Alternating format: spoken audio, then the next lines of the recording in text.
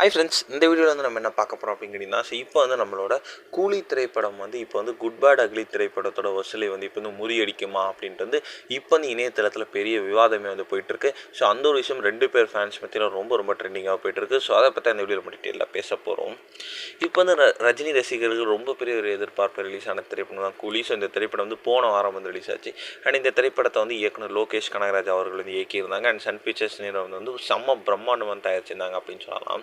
So Tamil சினிமாவோட முதல் 1000 கோடி படமாக வந்து இந்த திரைப்படம் கண்டிப்பாக இருக்கும் அப்படின்னு ரசிகர்கள் ரொம்ப பெருசாக வந்து எதிர்பார்த்துட்டு இருந்தாங்க. ஆனால் வந்து ரிலீஸ் ஆன முதல் நாள்லேருந்தே வந்து இந்த திரைப்படத்துக்கு ஒரு கலவையான விமர்சனம் கட்டுச்சுது அப்படின்னு சொல்லலாம். ஸோ ஒரு தரப்பு மக்கள் நல்லா இருக்குது அப்படின்னு சொல்லலாம், இன்னொரு தரப்பு மக்கள் வந்து கண்டிப்பாக வந்து சில குறைகள் வந்து சொல்லிட்டு தான் இருக்காங்க இன்னுமே.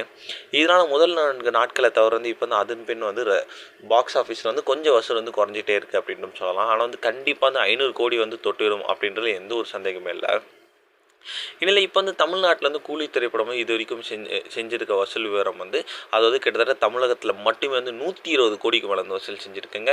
ஸோ அதாவது நம்மளோட தல அஜித்தோட குட் பேட் அக்லி திரைப்படம் வந்து தமிழ்நாட்டில் மட்டுமே 175 கோடிக்கு வந்து வசூல் செஞ்சது. இதில் இப்போ வந்து ரஜினி ரசிகர்கள் வந்து ரொம்ப பெருசாக எதிர்பார்த்துட்டு இருக்கிறது வந்து தமிழ்நாட்டில் வந்து எப்போயாச்சும் வந்து நம்மளோட குட் பேட் அக்லியை வந்து கண்டிப்பாக பீட் பண்ணிடணும் அப்படின்னு வந்து ரஜினி ரசிகர்கள் ரொம்ப பெருசாக எதிர்பார்த்துட்டு இருக்காங்க. ஸோ என்ன நடக்குது அப்படின்னு நம்ம வசூல் விவரம் வந்ததுக்கப்புறம் தான் பார்க்கணும்.